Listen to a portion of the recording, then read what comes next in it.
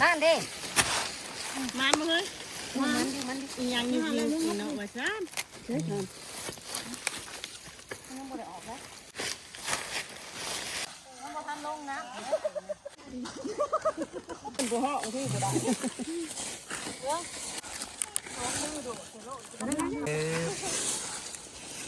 ฟาดโถแน่นขนาดตัวใหญ่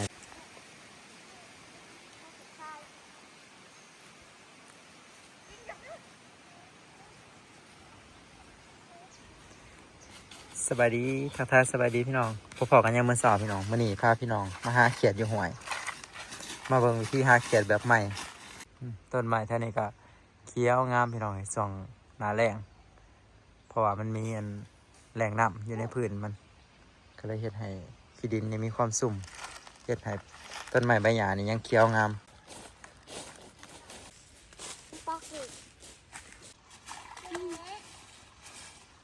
เป็นน้ำบักเล่นะกูเรียกเบิ่งแต่บักเล่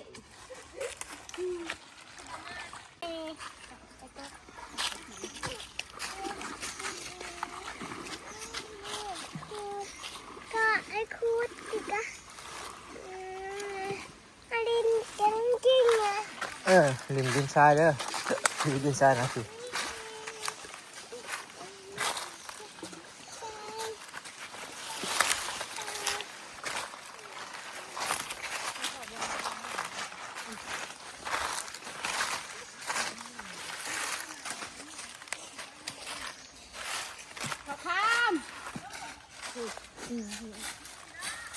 เสียงสนั่นเลยนะหาเขียดอันนี้ก็น่าจะเป็นเขียดหรือว่าหมะคอยหรือยังจักอย่างอะไรพี่น้องกระจอกขุดเป็นเกี่ยงวัดคอนตัวเดียว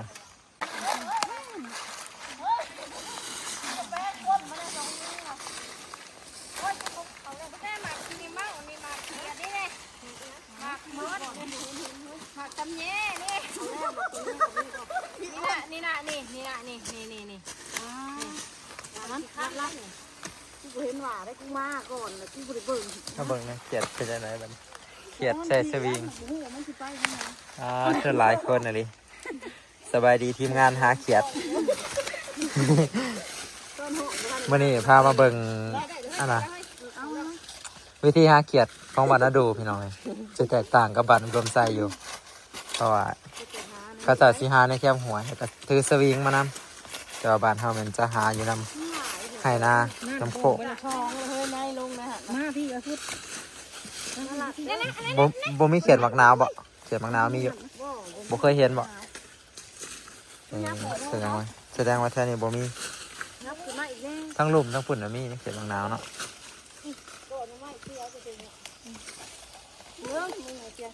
ปลาเถอะ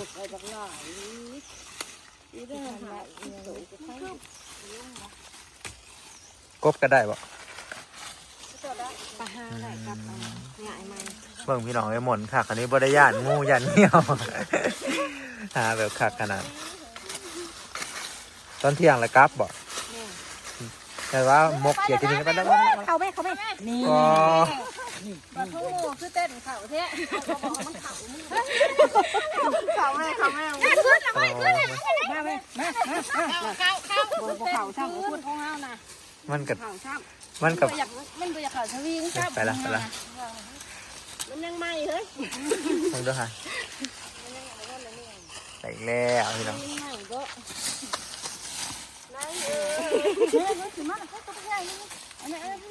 มันงูเห่าลงมากับขังเอาเลยเอ้าเข่าสวิงเซยโอ้แม่นนะลิลูกสาวเพิ่นก็แม่นเนาะแม่เป็นผู้เขี่ยลูกสาวก็ลิ้นก้านอยู่อันนี้ที่หาเขียดพี่น้องแปลกตาแต่ว่าได้เขียดแน่นอน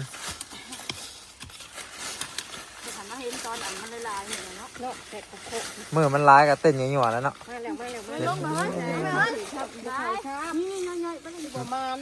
มันเข่าแล้วรอบหนึ่งแต่ว่ามันเต้นออก เอาไม้ไหม้ดู มันมีแต่เพื่อน เสื้อหมาตัวแง่ด้วยนี่ อย่ามันเลย คันแขนนะ หมากมันได้ค่ะ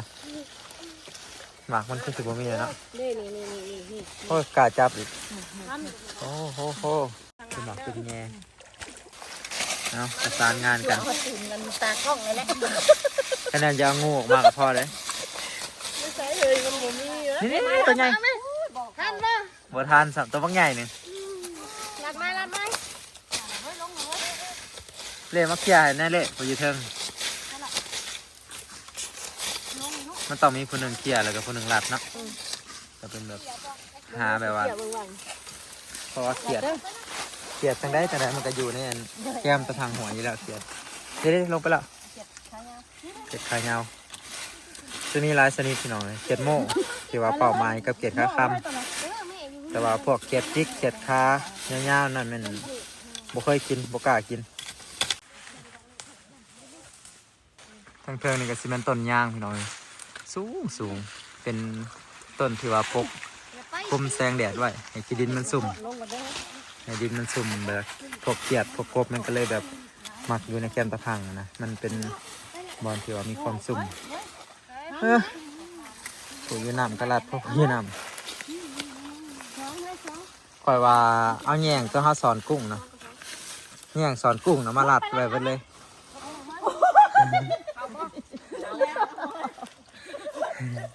มือเสียไปดิ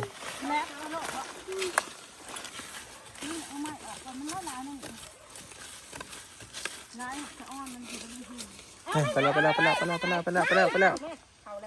ยกเอารถเด้อเบิ่งลูกตัวนี้เด้เอาไปสักคน ตัวใหญ่เนาะ ตัวหายนี่เอารถจะหมอกน้ำท่วมเนาะ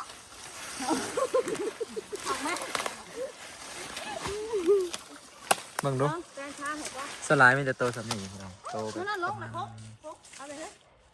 ห้ามนะบ่เทิงขันว่าใหญ่ เต้นนั่นเลยใส่ชนิดจะเต้นขึ้นเข่าแล้วมึงรอหรือไม่อ่ะหิบรากเลย มันเต้นฟันในตีนเจ้าจะไหน ไปแล้วครับไม่แม่บ่ได้ซ้ำนั่น บนเรือสวิงตัวนี้มัน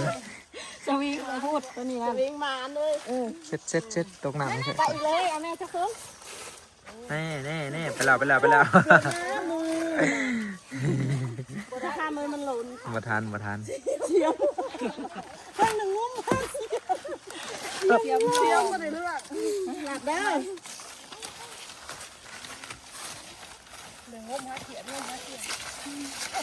ไปอีกแล้วเจ้าครับกูเป็นตัวแม่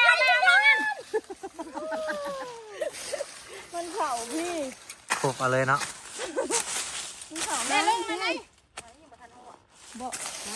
มันทอดใครเลยนี่เลยอันนี้คือไปนะโอ้ทวีเขาจะเป็นโมม่าบ่ขาวบ่เคยขาวมันเละอันทวีใหม่ทวีก็พูดปื๊บเลยปื๊บยังบ่ลงปุ๊บ โอ้ยบ่ถือซ้ ยังบ่ลง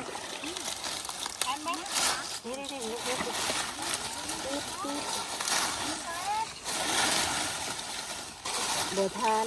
ำบ่ทันได้ลง ได้แล้ว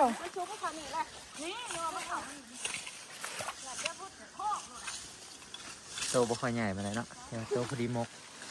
นี่พี่น้องอันตรายมามุ่ง ขาขึ้นมาลัดอยู่ที่ไหน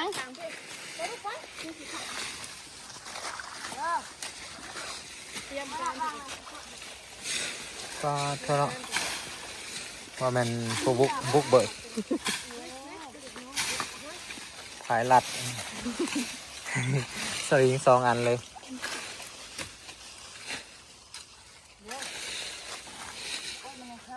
ออกมาแล้วนี่คือบนเชือกต้นนี้ลง ตัวน้อยๆนี่ก็มานี่เนาะ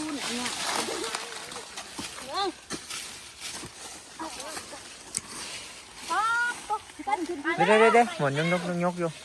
มึงเห็นอยู่ไหมมึงเห็นอยู่เต้นแล้วมันบานลง งูคือสิป๊อบเนาะพวกจำได้กับบริยานสั่วรถ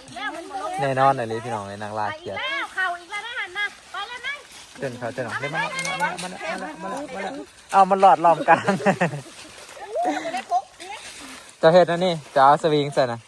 ต้นน้ำหมอกปองกลางเนี่ยจะเอาใบตองใส่จะ เอาไปตองทมๆไว้เด้เฮ็ดก็ห้าใส่ตรงเฮ็ดแบบข้าว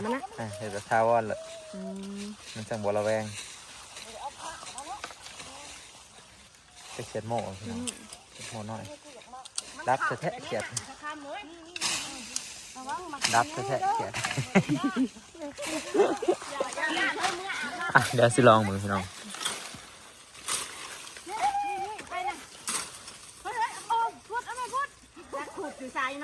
เดี๋ยวมาละมันโบมามันคาในโนนตัวนั้นหลุดมือพี่น้องหลอดมือเขาเจ้ามาเนี่ยเป็นห้องเฮา ไข่มันทันโล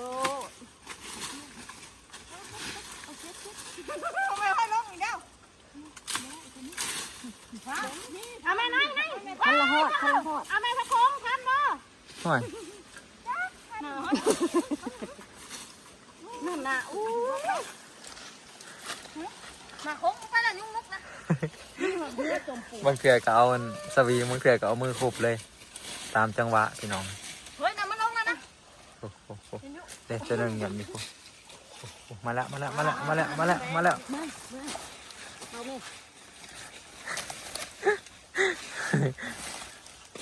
ในเลยได้ครับทอดในเลยได้ครับอ๋อทอดแล้ว มัน มันอยู่ในใช้คือว่ามันหมุนลุกๆครับเอาแม่ครับ หาเขียดแบบนี้ต้องใส่หลายคนเนาะเพราะว่ามัน หลัดซอยกันพี่น้องผู้หนึ่งสั่วใครมาแทนไปก็ไปแบบครอบครัวนะผัวเป็นผู้สั่วหรือว่าเมียเป็นผู้รัดหรือว่าไปกับลูกก็ได้ต้องหาเป็นทีมนี่คือที่หานะแต่ว่าต้องเรียรอเลยพี่น้องต้องข้านต้อง เข้าแล้ว ร้อยมาแต่ยืนว่าวมาแน่นี่ ลงไว้เลยนี่นั่นโอเคขายาว ยืนว่าวจะเชื่อมันเขาคนมันโมยันงูเหมือนยันเสียมกันเองแบบนี้ตัวบริตุ้ยดอกพี่น้องซ้ำนิ้วมือสลายตัวใหญ่ก็มีบ่เขียดอันนี้โบกินพี่น้องเขียดแบบเนี่ยโบได้สักเขียดอันนี้บ้านเฮาบ่เคยกินพี่น้องเลยบ่ฮู้ว่ากินได้หรือบ่เขียดอันนี้เป็นยังคือบ่เอาบ่ เขียดยาวบ่เคยกิน บ่เคยกินแล้วก็บ่ฮู้ว่าเบื่อหรือบ่เบื่อแต่ว่าบ่เคยกินเหมาะพี่น้องเอาไปเกาะหลังมันเกาะขามันใส่เอาปลาคอนี่มันนี่คือเขียดยังให้กบพุ่นลงมา คือสิม่วนเนาะมันมีกบแต่ว่ากบบ่ค่อยมีเนาะมันนั่นน้ำในหวยมันยังหลายแล้วมันก็สิผู้น้ำอยู่หวยมันยังบ่ได้เขาส่วนใบตองยังบ่ทันได้เข้าหู้นะแต่ว่าก็สิมีเป็นบางโต เฮ้ยมึงแม่เข่าหูบ่แหละคงเอาแม่ร้องเลย มาแล้วเอาแม่ตัวยาบาด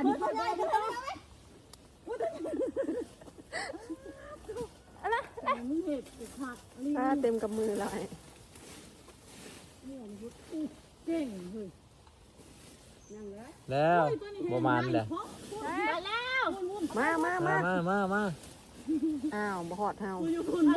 บ่ขังพูเลยมันสิมาขังพี่เลยได้ไหมนั่นพู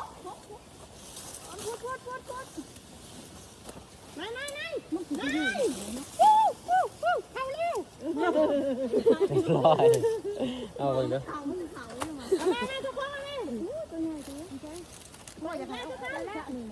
ตัวใหญ่เนาะตัวนี้ตัวงาม ข้าหัวจมปวกไม่หนี อันนี้คือใส่มาตรฐานเนาะมาตรฐานแบบใหญ่นะเอาเบิ่งแต่ละโต๊ะนี่ให้มันไปใส่เบ็ดปลาคอนแบบพอดีเต็มคำเลยปลาคอเต้นนี่ลงมาหัว สวิงมันจัน สวิงมันไอ้พุดเอาไหมใช้เขาขาดไปเลยพุดใช้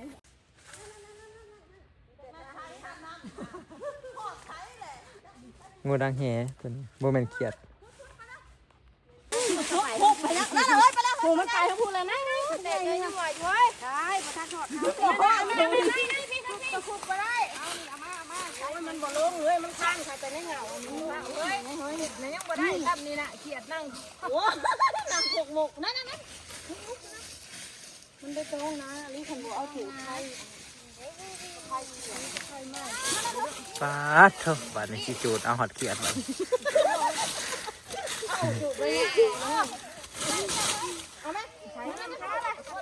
เ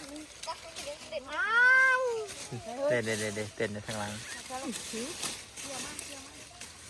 ได้ปะ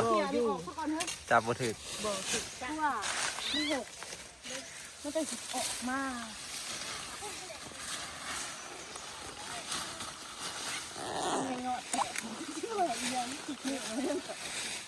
เอาในแม่ตะโคงนะเต้น เคยถึงไม่งอดซอสบ่ ใช่แม่มันหลอดทีนี้โอ้อันนี้บอกเดี๋ยวนึง แน่นอนเลย คนมัน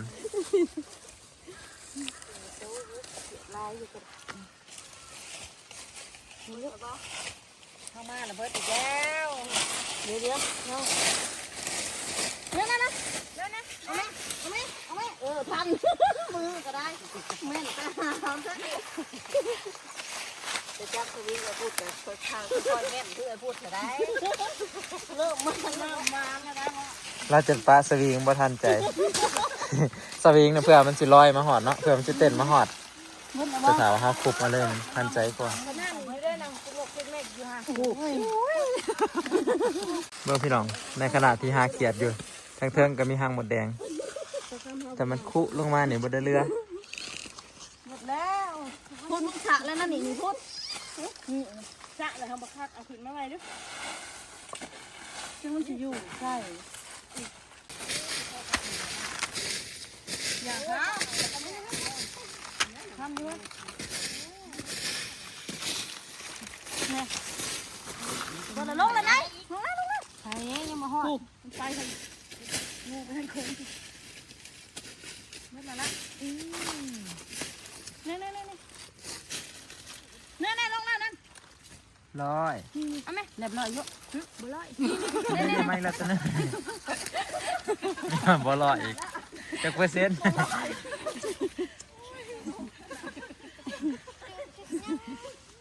จะต่อไว้ค่ะนะ เฮ้ยทางนี้มันคืออันนั้นให้สามมาเขา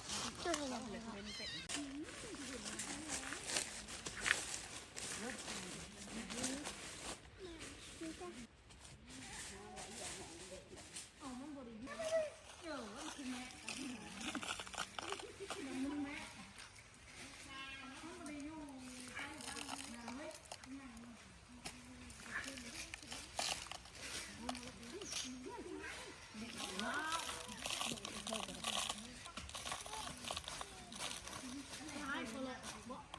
นี่แต่เบ้าเช้าข้ามเลยนี่นะ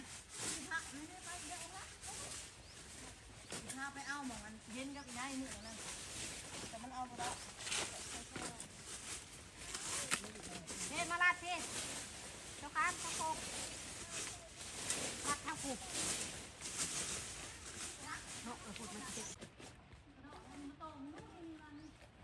ลาเต้เบ้านั่นเอง บวเขาจักตู นี่ปีใน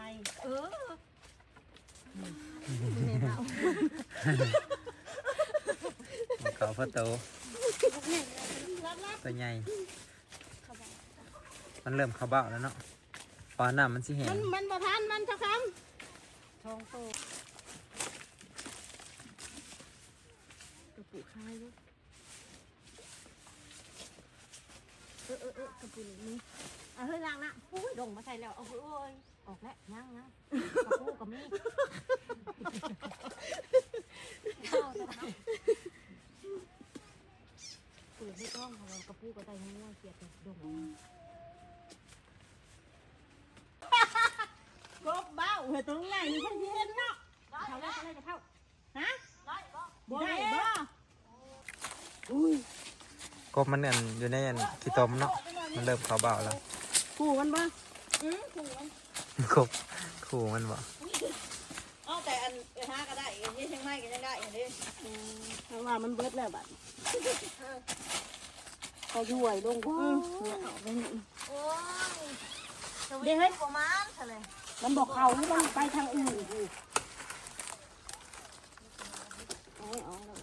ออกแล้วเอาหลับมันที่เสียง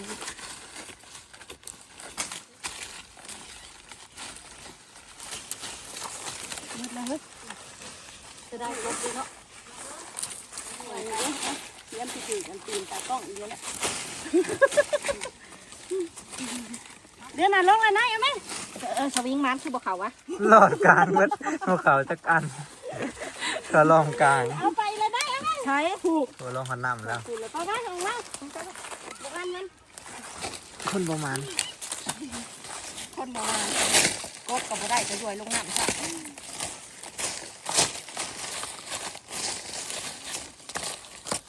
จะได้เด้เนาะพูดเราก็ได้ลายเกลือ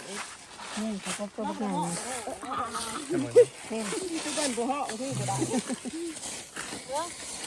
กบงามเนาะกบกระบอก ทำนี่แล้วเนาะ เป็นสีดำ มันก็ย่อยลง เมืองของจ่อพวกห้องเสียงดัง เอามาเฮ้ยเอามาเอามา เซ็ตงาของบไดอัด หน้าฟองกันนะคุมลงมาเตี้ยคือใครเอาแม่แม่พันตะเกียบอุ้ยเฮ้ยคือตัวใหญ่แท้คนพันตะเกียบเลยมา ได้หลายมีแต่ผู้ได้หลายพี่น้องเลยผู้บ่ได้ก็มีแต่ผู้บ่หาเท่านั้นเนาะมานำกันหลักเบิ่งของกันเด้อ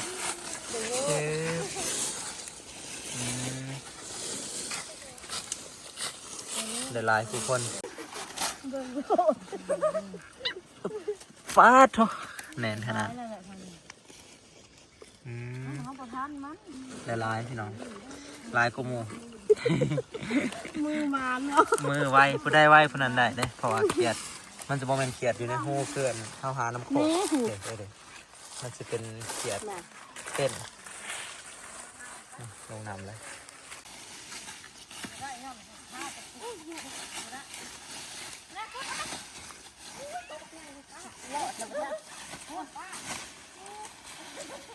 มือหมานในนี้ด้วยนี่ได้เยอะ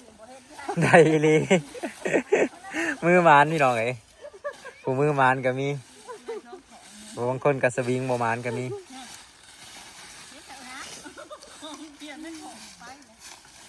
มันต่างกับเฮาหาอยู่ทุ่งนาพี่น้องเลยมันบรรยากาศมันได้นี่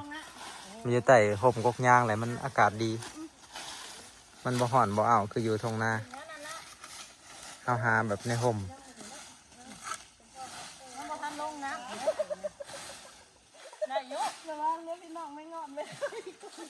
นี่ใช่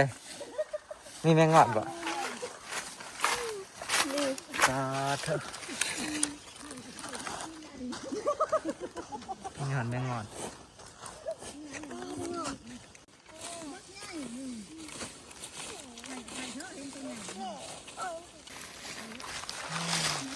มือมัน สิหลอดมือมันอยู่บ่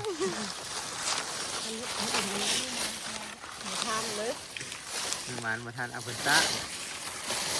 เจ็ดเสือกเขาเห็ดกับดักอย่างเนาะเห็นเป็นระยะระยะนี่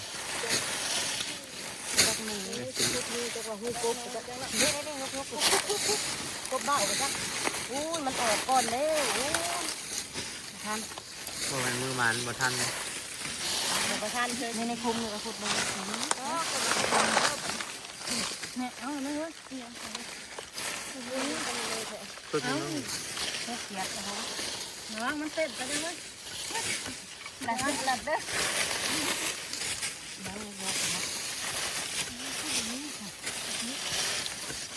นั่นดิ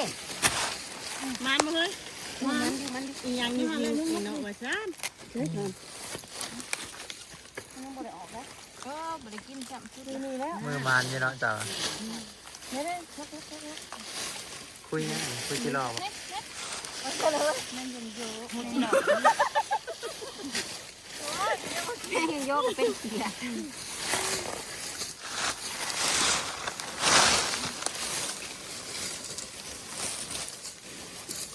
นี่เราก็เฮ้ยมืดเราบอกข้าวเบื่อสั่งได้แล้วเราเห็นทีนี้ นี่คุมนี่มันลองคุม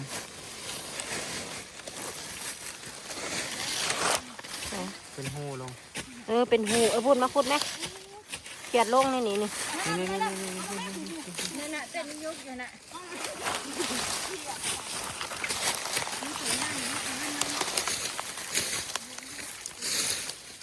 เฮ้ยทันอยู่ คุบก้นพูนทันบ่ทันสิทันเฉย มาอีกแล้วจุดนี้ก็มีวันเลิกเนาะมือมันนี่แต่หมด ได้หักบุเห็นนี่ คือหลบแท้ ทุกดินมันอ่อนก็เลยเลิก พอฝนตกไปหลบมือเฮ้ยมือให้ที่นั้นข้างล่างยกมันยกมาทางนี้หลบสิยังตื่นเลยยังหัวเข่าจะหนูพุดตื่นรุ่นค่ะเพื่อต้องยับ นี่เลยมาทีละ แต่ทางเงา ต่อมือเจ้า ทางเงาทางเงา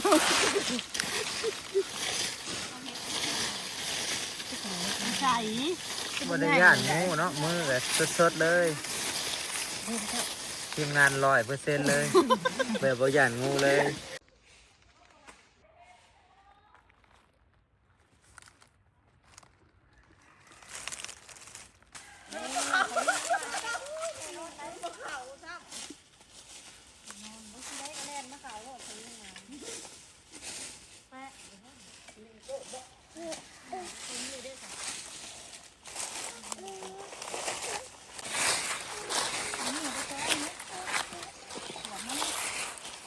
ลูกในด่ามึงน่ะ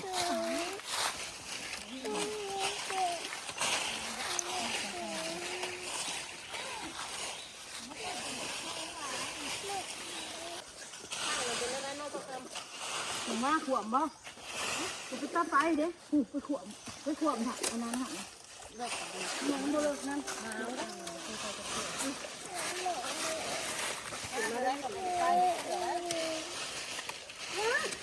โอ้ยให้สิทำ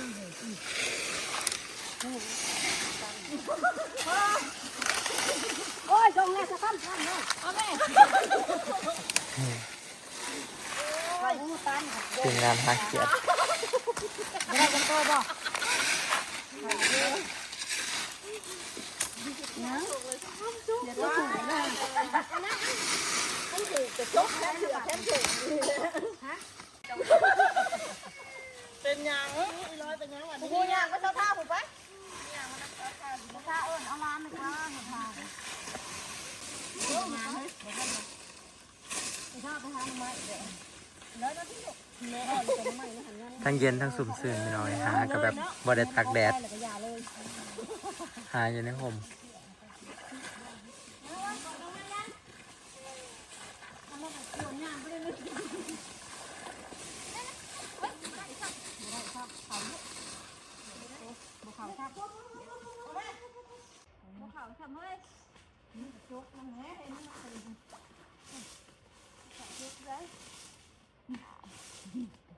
เดี๋ยวท้าเอาเท่าหาหน่อยให้เท่าหลอกไปก่อน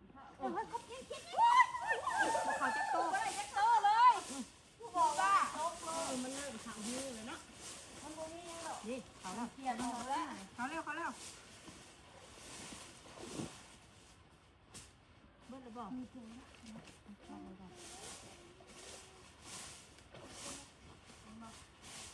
น่ะนี่หูนึงบ่ได้พ่อโตเลยแม่ได้ตัวนึง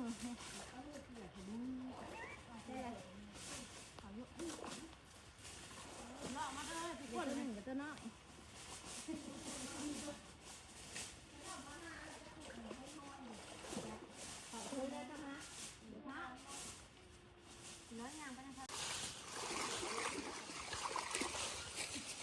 นี่นะได้ตัวนึงตัดช่วงชักเพิ่มก่อนเด้อเดี๋ยวพาวให้ละพอนี่ไปโอ้โหโอเคเที่ยวมาตรงนี้โอ้ยมันก็ไปถึงที่ บ่อนเขียดลายนะสไลด์สิเป็นกอไผ่บ่อนได้ที่ว่ามีกอไผ่หกเขียดสิจุ่มอยู่เป็นเฮือนมันแต่ว่าแมนแต่ว่าบ่อนนี่มีคนมาหาหลายเถื่อแล้วพี่น้องอันนี้ก็คือแบบมาหาล้ำไปเรื่อยๆแต่ว่าเขียดมันก็บางโตวมันเต้นลงน้ำมันก็กลับขึ้นมาอยู่คือเก่าเพราะว่า บอลอยู่มันก็คือตะพังหวยกลางคืนคือสิหลายเนาะ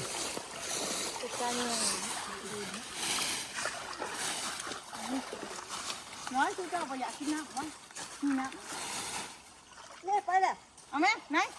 ไหนลงแล้วเขาเอานี่ เข้าแล้ว เอาแล้วพาให้เขาเองบอกอีกได้เขาเอาสัญชาติแล้วมั้ยเอามือปั๊บนะน้ำมีว่างอยู่สักคำละเลยฮะเชียว นี่เรียบร้อยไม่เรียบ นี่ มันบ่เรียบไง มาหันละไม่ได้มาเรียบร้อย สอง โอ้ยโอ้โหขาลานี่ตัวนึงนี่สองค้างสวิงค้าง มาเลยนะขาอยู่ ย่อขึ้น ขาทำยังไงของตัว นี่ตัวนึงโอ้ยบัวขางกระยามันตายแล้ว มันดื้อตาย ขังแล้วฮะตัวใหญ่แต่ตัวใหญ่แล้วเอ้าสวิง3 อันพี่น้องตัวได้สีมานก็กัน ใหญ่มองไว้เทิงๆกันแล้ววะอยู่ลุมเย็นประมาณมือหนึ่งจับสวิงมือหนึ่งเขี่ยหาเขียดพี่น้องประสานงานกัน บ่มีเขียบจ้า อุตส่าห์รุ่นบ่หอดยามมองรุ่นบ่มีโฟโต้มองเบิดก็มีเนาะลำบอลงามเลยลำใหญ่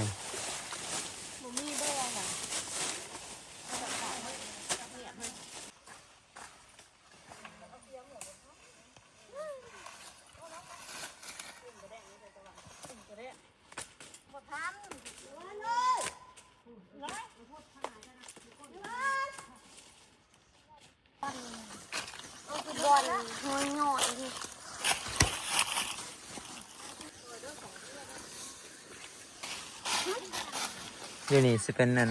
หูเหลือกๆพี่น้องเป็นคุมสันลงตัวนี้นาซีแมนเขาเจาะคุดแมงตะโอดพี่น้องแมงตะโอดคือว่าแมงจักรจันทร์ใหญ่โอ้อันนี้เขาเจาะคุดหูแมงตะโอดเนาะแม่นบอกหูตัวนี้แมงตะโอด เขาหาน่ะเขาอัน แง่เนาะ เขาเอาอันลำยังก็ค้างมาหันได้แง่นะ ทางมา ก็ไปหาน่ะได้เป็นของ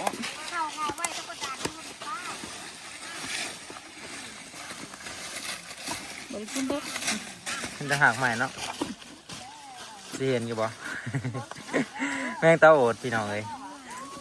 คุดหูแมงตะโอดเห็นตะห้อยเขาคุดเนาะคนคอบางแกนแล้วเด้อ ไม่ได้ของก็ได้ มันอยู่ได้ซื้อซีกันแต่ละคนมาเล่นกันดอก มา เอ้าคุดบางแดนนี่บ่ได้ใช่ไหมตะโอดได้แต่เขียด ตัวนี้แห้งเกี่ยงถักเนาะแต่มีเขียดหูนี่มีอีหลีหูนี่แมงตะโอดงามอีหลีที่เทิงอยู่บ่ เทิงดอกมัน ถ้าหางใหม่เนาะชุดบ่ เขียดได้อยู่งูมันอันนั้นได้ หูมันเปิด มาหาแบบเขาเจาะในม่วนนะพี่น้องแบบมาแบบเป็นทีมเลยคนนี้ก็4-5 คนคนนี้ก็4-5 คนนับรอบแล้วประมาณ10 คนไปเลยพี่น้องมานำกัน มาเวลาเขาเห็นเขียดเห็นยังเขาได้โฮได้ม่วนได้แบบได้รุ่นได้ยังกันนะเวลาขุดเขียดเวลาไล่ขุดเขียดยังมันเป็นบรรยากาศ แบบมากับพี่กับน้องนะพี่น้องมาวันนี้ได้บรรยากาศอีกแบบหนึ่งที่ว่าเป็นสิ่งเสพติดอีกแบบหนึ่งการมาหาเขียดเนี่ยมันม่วนพี่น้องเลยถ้าสังเกตเบิ่งแม่นางกิ่งอยากมาเรื่อยๆมาประมาณ3-4 เทื่อแล้วแหละปีนี้นะ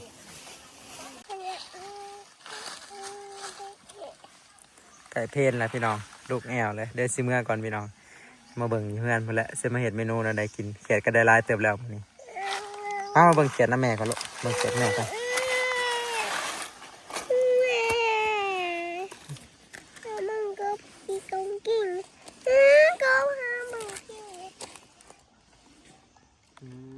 หลายเติบตะเขียดตัวงามๆกำลังม่วนอยู่พี่น้องเลยทีมงานเพิ่นกัน เสียงไล่เขียดสนั่นอยู่ มานำกันแบบครบหมู่ครบทีมมันม่วนหาเขียดเห็นปะทุกคนเดี๋ยวเดินทางกลับก่อนพี่น้องพาลูกเมื่อก่อนแต่นังกินยังบ่เมื่อเสพติดการหาเขียดแล้วบัดนี้